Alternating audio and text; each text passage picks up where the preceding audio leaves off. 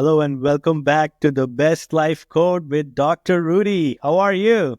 How's it going, Vivek? Again, always excited to be here, man. I'm excited. And obviously, in last episode, we talked about mental health, wellness, and your one of the important aspects of your overall wellness framework. But today, we're going to pick one thing that came in that episode, the psychedelics, and we want to talk about that in today's episode. Are you ready? Yes, sir. That's one of my favorite subjects. I have many of those, but this is definitely a top one. Yep. So, Dr. Rudy, psychedelics were once seen as taboo, but now it is changing. What sparked your personal and professional interest in this space? Let's start there. Definitely. So before they were seen as taboo, in the 60s and 70s, there was a lot of science being done on psychedelics, and they showed such promise for addiction, depression, anxiety, substance abuse. There were a lot of great studies that were being done at Harvard and all kinds of different centers. And then because the counterculture of the 60s really took part of this, and especially during the Vietnam War, where Nixon really did not want Americans to have a mind of their own, it became taboo from that time. It was abolished completely. They stopped all the studies about this. So we lost 40 plus years of science on psychedelics. And at around the 1990s or the year 2000, there was a psychedelic renaissance where they started looking at it again. And like a lot of those scientists went and dusted off the studies from the 60s to be like, hey, let's not forget that those studies had a lot of science behind them. And they started looking at them again. And now a lot of people are doing some self-experimentation, and there's been a lot more studies. So there's truly a psychedelic renaissance that's happening that is being guided not only by science, but even people biohacking and trying on their own. So Vivek, before we continue, we have to mention that everything I say here, I'm not telling people to go and do psychedelics. This is only for education and information purposes. And FDA approval only ketamine that we'll talk about is FDA approved. So I cannot recommend for anybody to go and do this. I'm going to talk about my personal experience. I'm going to talk about anecdotal evidence I've seen on the patients that we treat at our clinic. And I'm also going to talk about the science and all the studies that are now available. And the promise of the future, it is a truly exciting field of medicine right now. Thanks for this word of caution and warning. Once again, for our listeners, everything that we say here is our personal experiences, personal anecdotes, and obviously it comes from personal stories and beliefs, also opinions, sharing the expertise on what exists. But of course, follow the guidelines, follow the regulations. That's the key here. Dr. Rudy, let's break down the science. So what actually happens in the brain when someone takes psychedelics? How does this is different from traditional antidepressants, for example? So let me start first with, I'm going to quickly kind of recap our last podcast about how bad mental health afflictions are really plaguing our society. So many people are suffering from anxiety, depression, OCD, substance abuse. There's so many malaise in the mental health world. And we need a paradigm shift because we've used the same medication over the past 40, 50 years. The SSRIs, selective serotonin reuptake inhibitors, things like Prozac, Zoloft, and more than 1/3 of patients who take those medications don't respond to it. And there's what we call treatment-resistant depression or anxiety.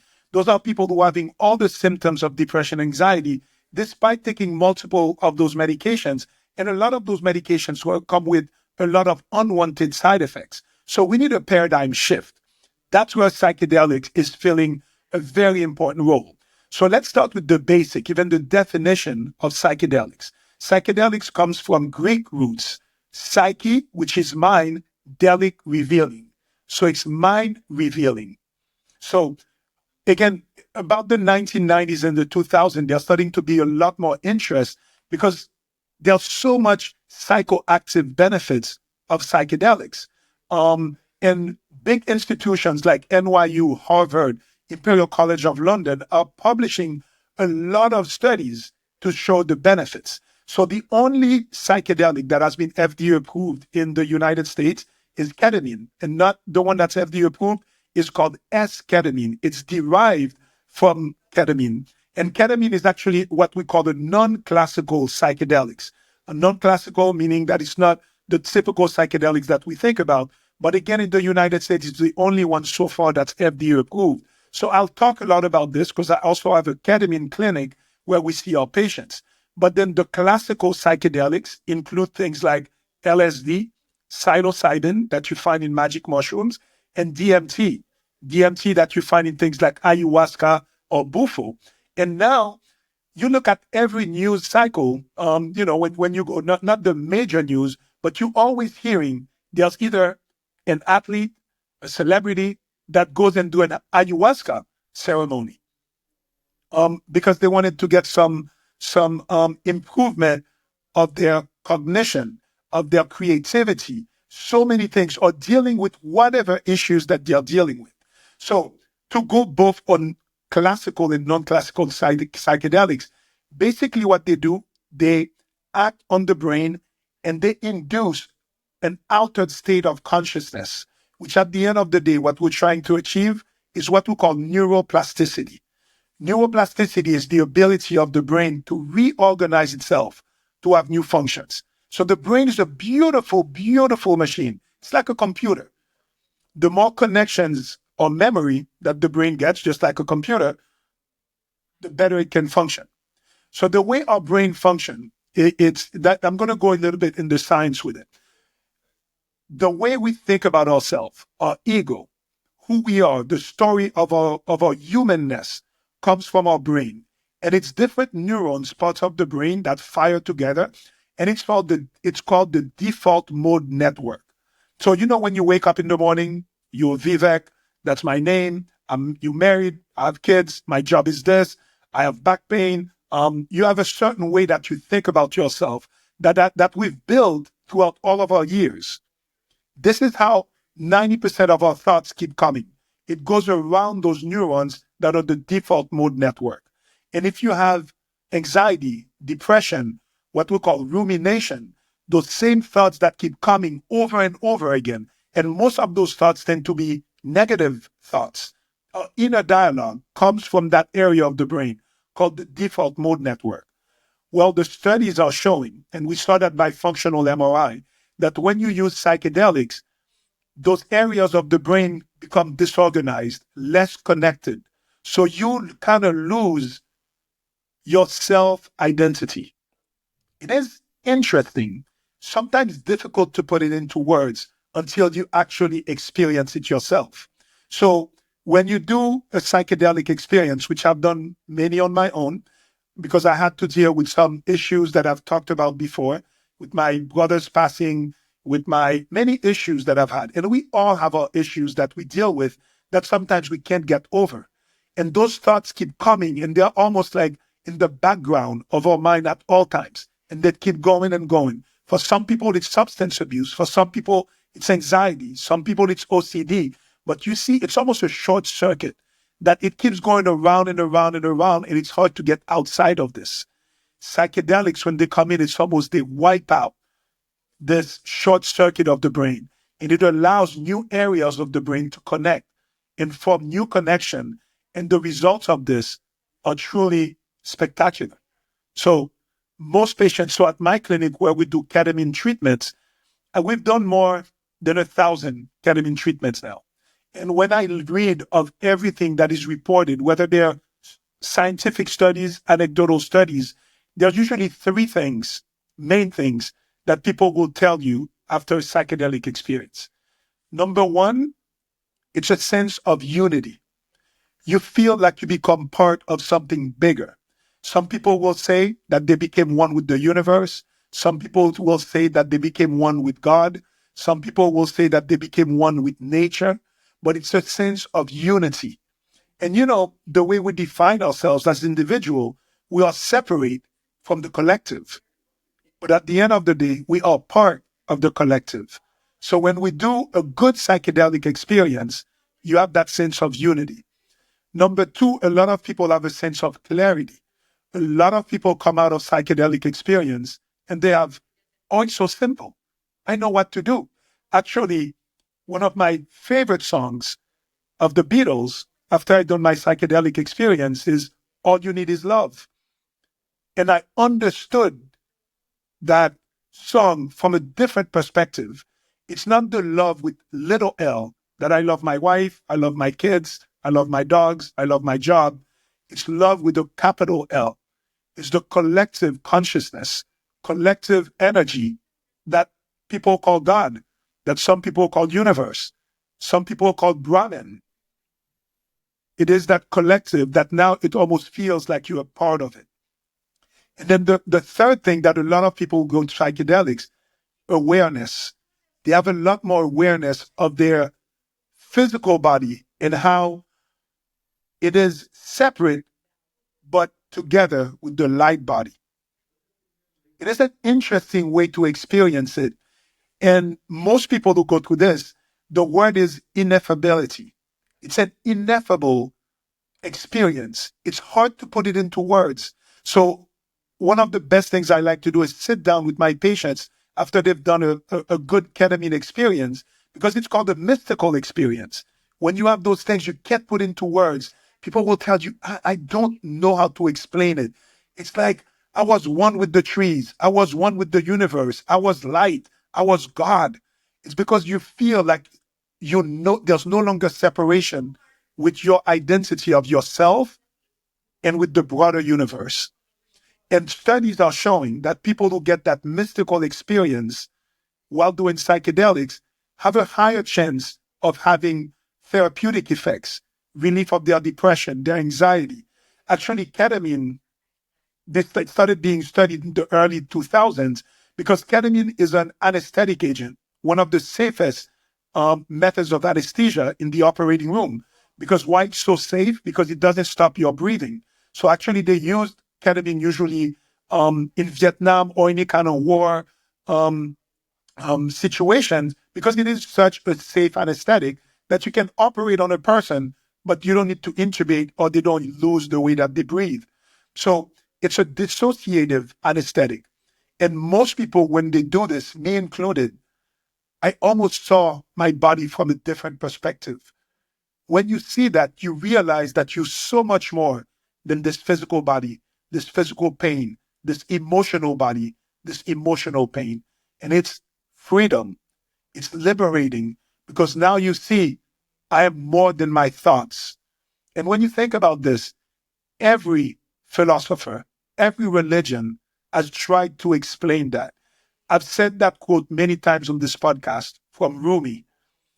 You are not just the drop in the ocean. You are the whole ocean in one drop.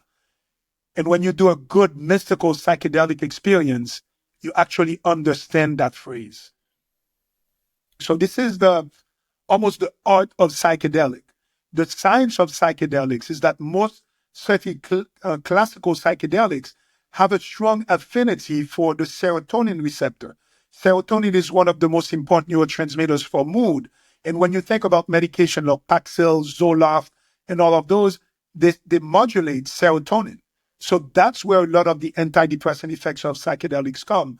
And more recent studies are even showing that psychedelics increase affinity of something called BDNF. BDNF is called brain-derived neurotrophic factor. It's basically miracle growth for your brain cells. When you have high levels of that BDNF in your brain, it induces neuroplasticity with better connection of your nerve cells. And again, just like a computer, when there's more connection, it works better. So So those are the physiological, biological actions of psychedelics. so is this what is referred as kind of like the rewiring of brain for healing? Is this is what the process that you explain? Is that's what that means? Exactly. So what I just said, those words, the BDNF and the serotonin, those are the biological actions. Those are things we can actually measure. And actually, they've done functional MRI in patients that have gone to psychedelic. And it's interesting to see because the way the brain cells are has some long, we call dendrites and axons, which is almost like, think about if you see the roots of a plant And you see all those different roots trying to connect with each other and trying to collect nutrients. That's what the brain looks like. When you get the BDNF, you see that all those little roots are growing and touching each other. So that's the action. So based on this now, there can happen the rewiring, which is the neuroplasticity that happens with the brain, and the shutting down of the areas that are too active, like the default mode network. So it is quite a complicated subject that we're only just starting to understand. Remember, the brain is a mystery to us. It's only recently that we found out all this news. But when you think about this, every indigenous culture has used some kind of psychedelic for thousands of years. They did not understand the science of psychedelics, but they knew that it got them closer to whatever their sacred entity was, and that it was mind revealing. There's great history about the Greek that used that. They always say that Socrates and Plato used it. In Hindu culture, what did they call it again? There's a psychedelic that they know that they were using.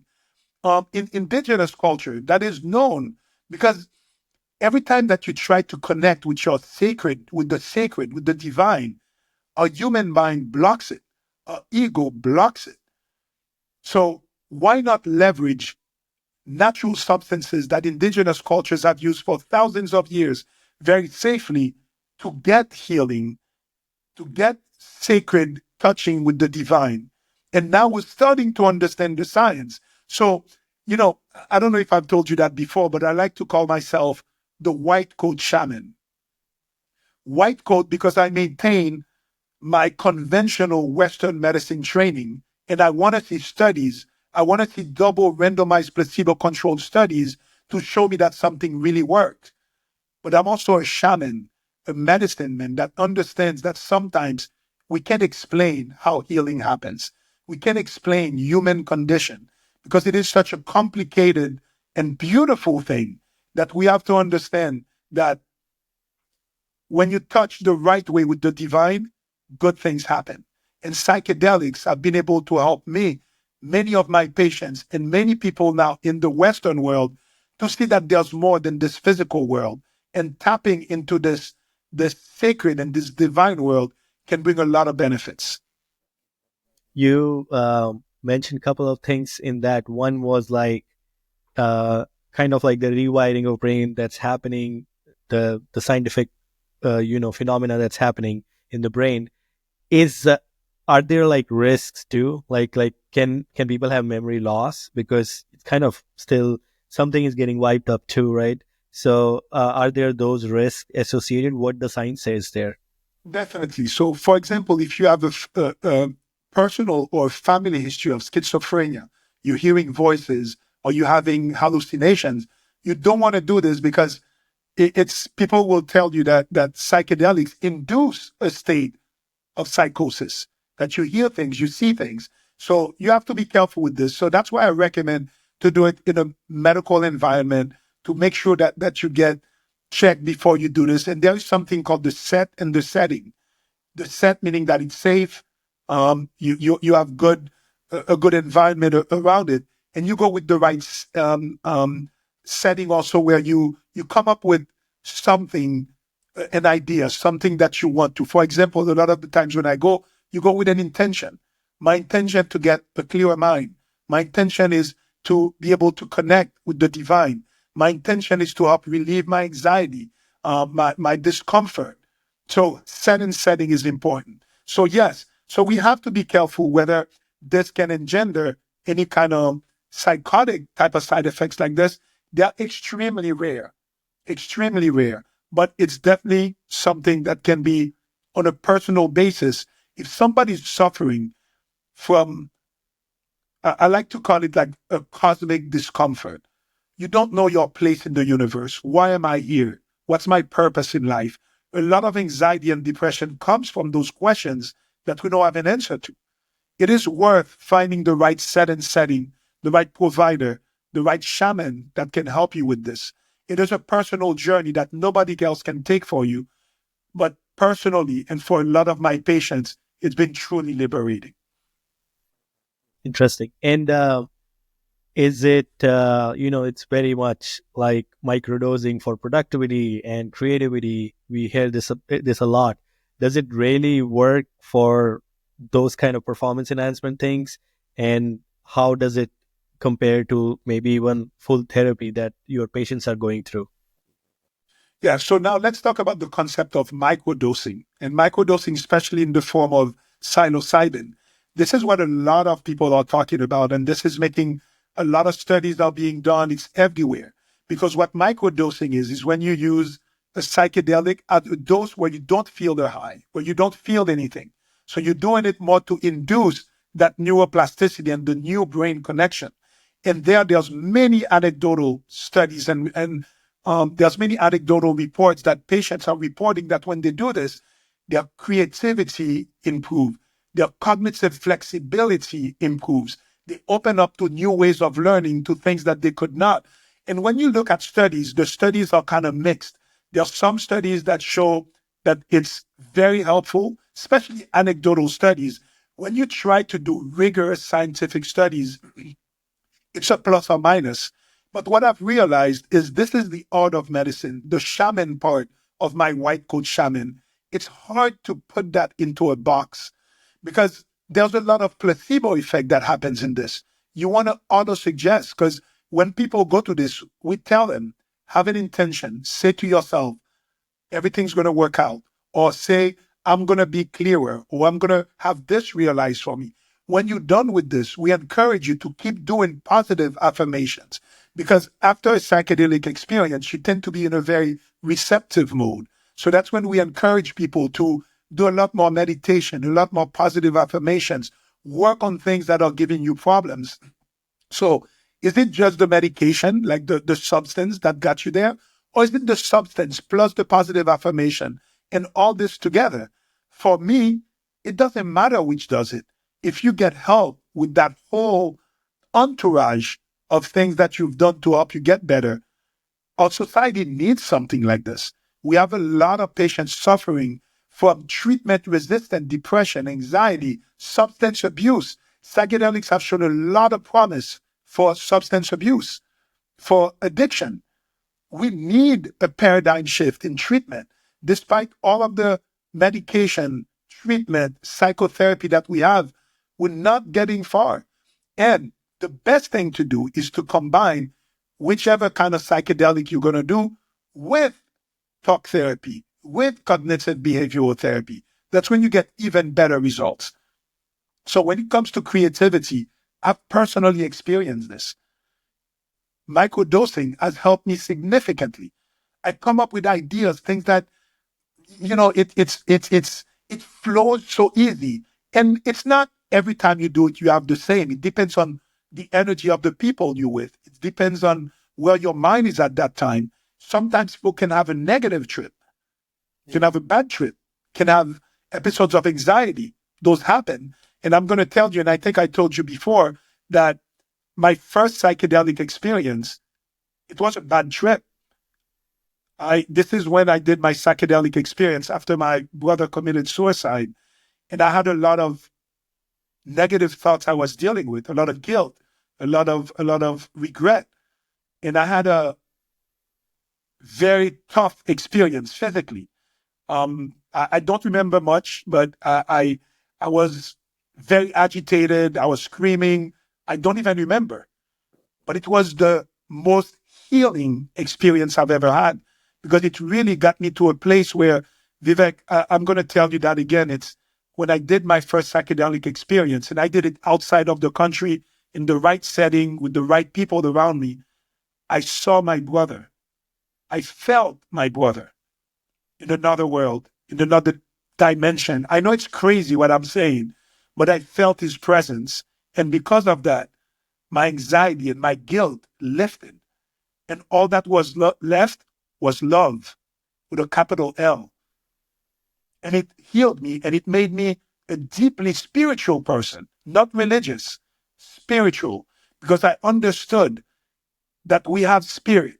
Everything has spirit and we're interconnected. And what's really interesting, um, growing up, I went to a Catholic high school.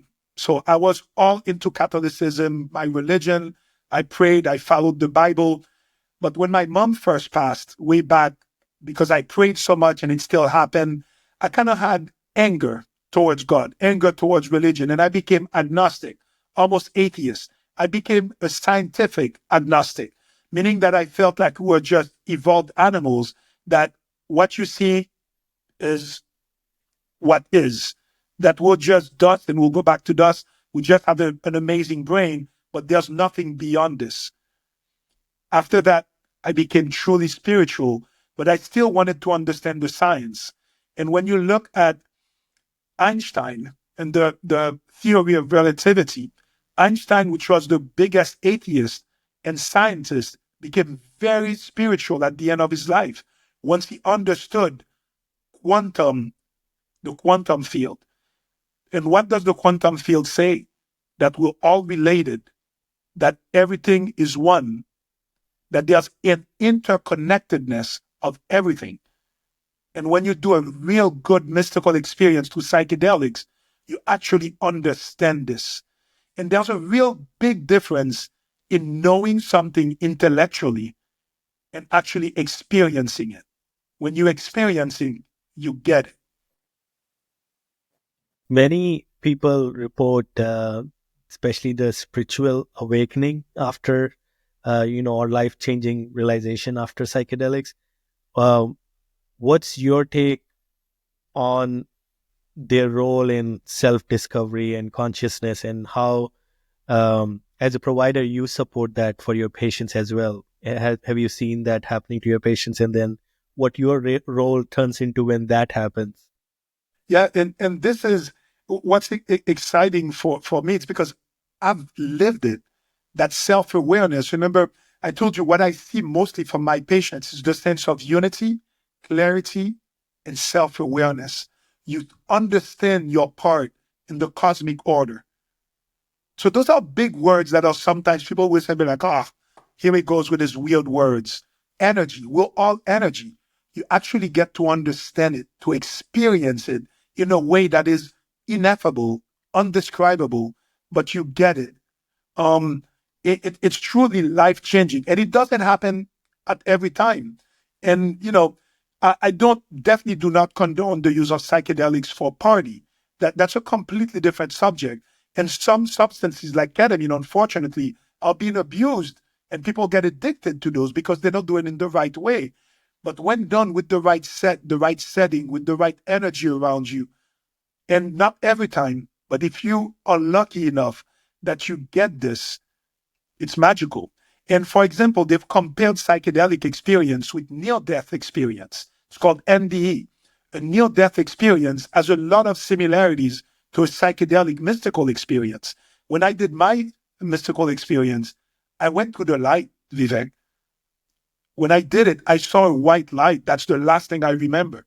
And this is the closest thing to a near-death experience. And when they've done studies, they saw that near-death experience have a lot of similarities than the mystical experience with psychedelics. And they've seen that people who've had near-death experience, a lot of them come back and it changes their life. Their depression is lifted. They look at life different. They look at themselves from a different perspective. So there's a lot of similarity also with experienced meditators. So they've done a study with experienced monks with experience, 20 plus year of experience meditation.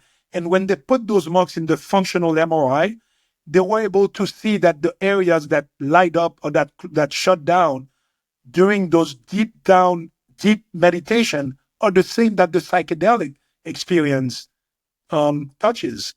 So it's hard for me to meditate or to go deep down. I don't have 20 years to get better. I needed a shortcut to what those monks got to. And I got it with my mystical experience. And it is a journey, right? I'm on that journey now. I'm trying more self-discovery to understand myself, to understand me, my little energy, my little drop into that big ocean that is the universe. And each one of us will drop. We need to try to understand our place in that universe.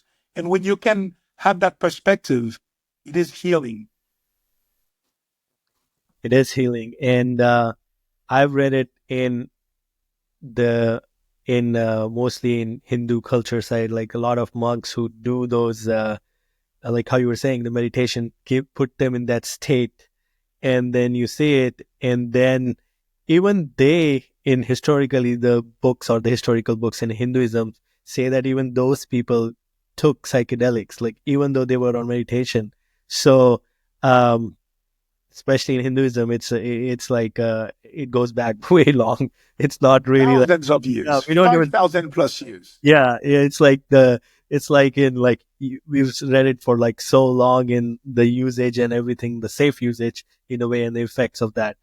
Yeah. um And interestingly, for example, DMT, which is one of the psychedelics that's in ayahuasca or the bufo that indigenous cultures have used, it is a substance that our body makes also. And you know when we tend to make DMT? At birth and at death. So that's why we feel that a near death experience when you're almost there.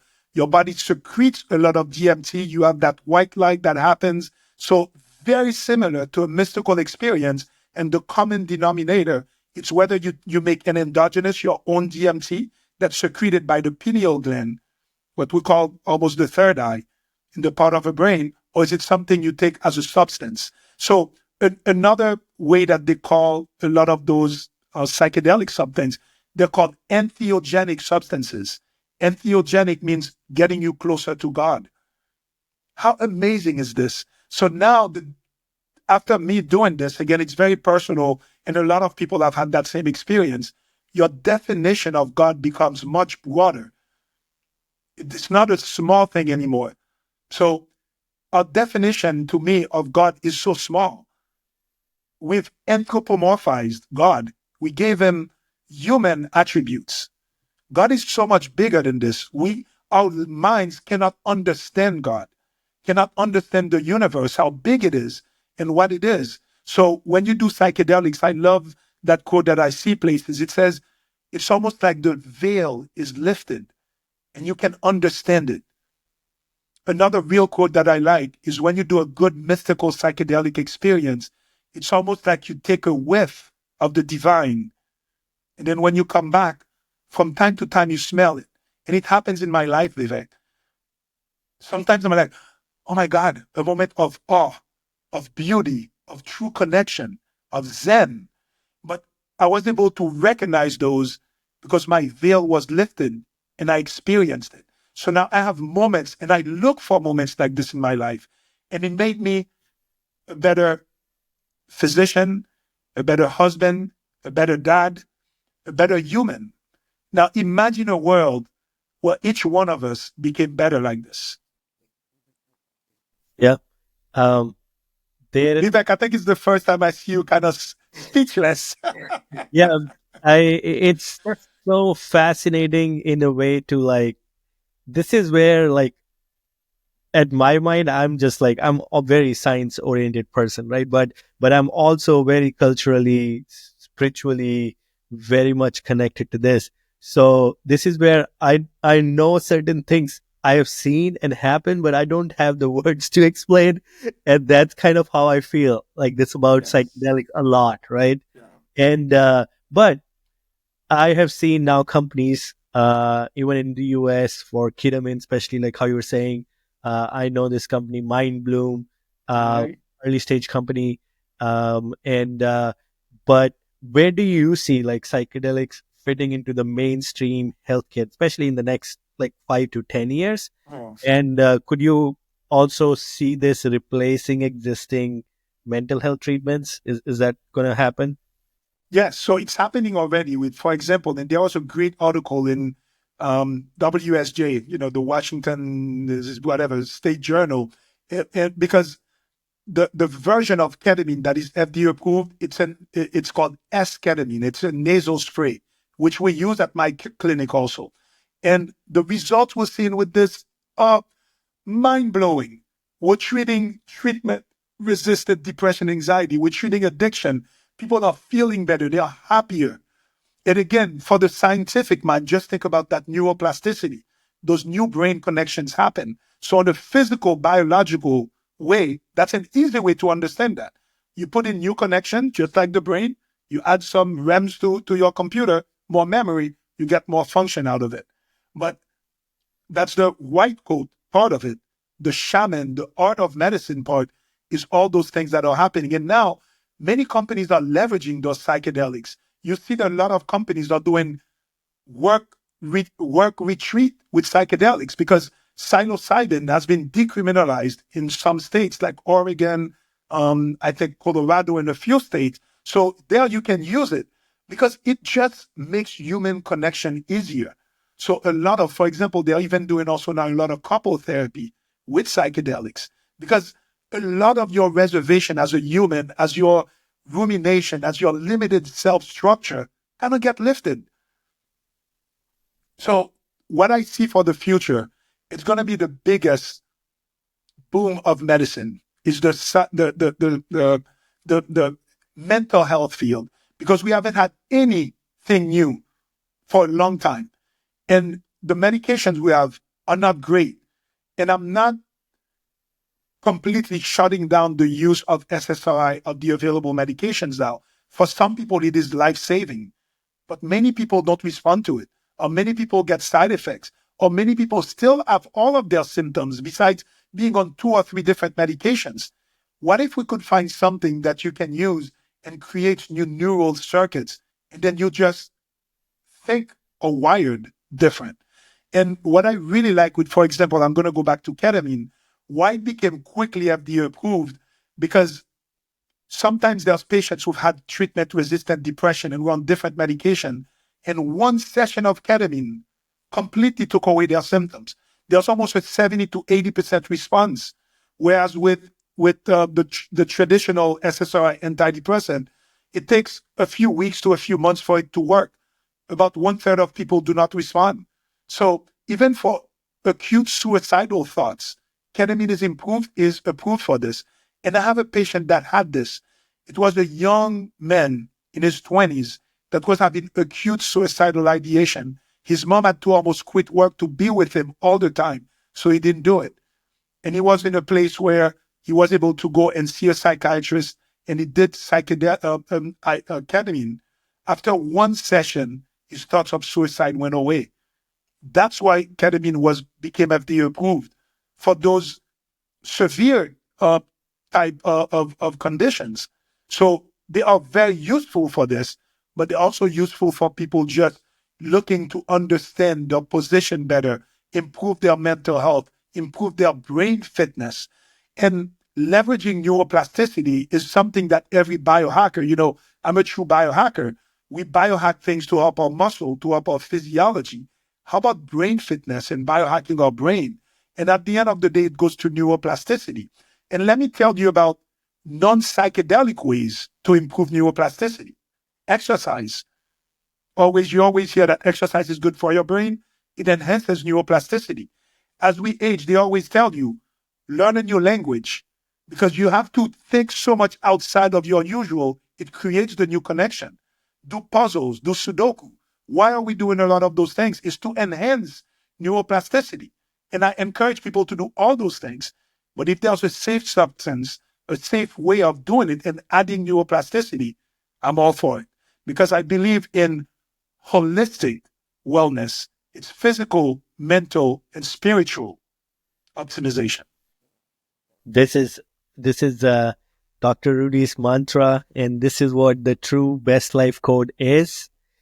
Combining all these things together, All and these not things. just one part of it. And let me tell you what I'm even more excited about. So I have a new machine, and there's a treatment that's called transcranial magnetic synchronization, stimulation, TMS. TMS is basically where you apply a selective electromagnetic fields to some parts of your brain. And it's been FDA approved now for decades to treat things like depression, anxiety, OCD, and substance abuse, same kind of things of psychedelics, especially treatment-resistant depression. And it is, again, a treatment that's been approved for decades, but there's a new machine now from a company called BTL, where I'm a speaker for them, and I just got that machine. They revolutionized the way that the delivery method. It has a small little handle that you put close to your skull, on the anterior part, and it delivers very specific frequencies of electromagnetic fields, and it stimulates the part of your brain that's called the dorsal prefrontal cortex. And with this, it's been shown to modulate neuroplasticity, increase BDNF that I talked about, and it's being used to treat all of those conditions without having to take a substance that can cause hallucinations, cause you to trip. So this is a non-invasive way to achieve the same things that we're doing. So I just have this machine, and the results that I'm getting with my patients, again, none of those work for everybody after just one session. But the more you train your brain, the better you will see that things happen. The same way that if you go to the gym, you're not going to get all your results in one day or 1 week. But the more that you put focus to it, then you add some nutrition. So the brain, the more you stimulate it, then you add the positive affirmation, you give it good substrate. It is a new age. And I'm so excited that I'm part of a trailblazing team that is looking at this, because the goal of biohacking, the goal of everything functional medicine, is to help increase our lifespan, increase our health span, the number of years that we'll be healthy. But while you live longer, don't you want to have the best version of your brain? Don't you want to keep your brain active, creative, engaging? So if we're going to live longer, if we're going to maintain physical fitness, we need to really talk about brain fitness. I love that. And is this the same machine also for the neurofeedback that's been used, or? So neurofeedback is a little different. So that works differently. So that TMS, they've had multiple machines, but those machines used to be very big, very kind of difficult to operate, sometimes painful, and they've refined this. And if you think, what did we used to do before for patients who had treatment-resistant depression? Last case scenario was to do electroconvulsive treatment. This is where they put electrodes on your skull and they shock your brain so that you can interrupt the connection and hopefully that new connections happen. It's that same basic, but it's not barbaric like electroconvulsive therapy. When you do TMS, you feel nothing. You feel mild tapping, and then the magic happens with your brain. So imagine now we have new tools. So if somebody comes to me and say, Doc, I don't feel good mentally. I'm depressed. I have anxiety. I don't know where I am in life. I have OCD. I have suicidal thoughts. Well, we have ways that we can address that are completely different than what we've always had. And I think the world should be excited the same way I'm excited about it, because we can bring true healing to many of our patients. And even if somebody says, I don't need it, I'm fine, I don't have anxiety, I don't have depression, everybody has something that they can get better at, especially when it comes to the brain, when it comes to their mental wellness. So I'm a big believer in brain fitness, big believer in mental wellness. And now that I'm deeply spiritual, I'm a big believer in spiritual optimization, because all of this will make you a better human. Well, to our listeners, it's very complex topic. So if you have any questions, write to us through our show's website and we will try to answer them either in the follow-up episode or directly respond back to you. You can use thebestlifecode.com. There is a form there. Give us feedback, give us questions. Dr. Rudy will be happy to answer those too.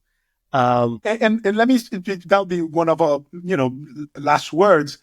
People have asked me this before. Dr. Rudy, you talk about so many things. Why don't you find one thing to be an expert in? You talk about GLP-1, weight loss, testosterone. Now you're on psychedelics. You talk about nutrition. What's your specialty? I always say that. My specialty is best life. My goal is to bring me and you your best life, whatever your best life means for you. But it's almost like a pyramid. You need to take care first of the physical body with hormones, with nutrition.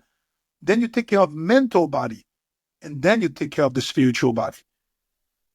Holistic wellness at its best. You heard it. It doesn't work if you take one block out. It doesn't work. The whole thing will fall apart. And that's why Dr. Rudy very, I don't know, intentionally have a pyramid, and that's what it composed of, all these different things. And that is what makes it holistic. That is what it leads you to the best life.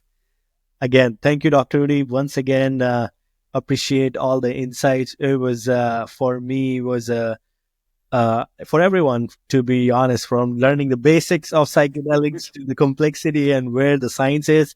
So this was very useful. Once again, thank you for sharing your insight. Much appreciated.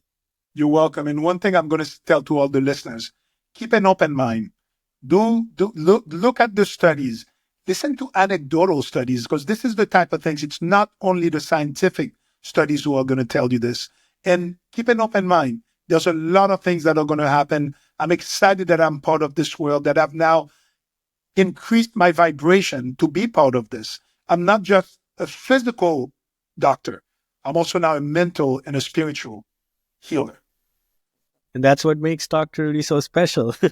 Thank you, Dr. Rudy. We appreciate you, and everyone, get back to us once again for our next episode, wherever you get it, to The Best Life Code with Dr. Rudy. Thank you, Vivek.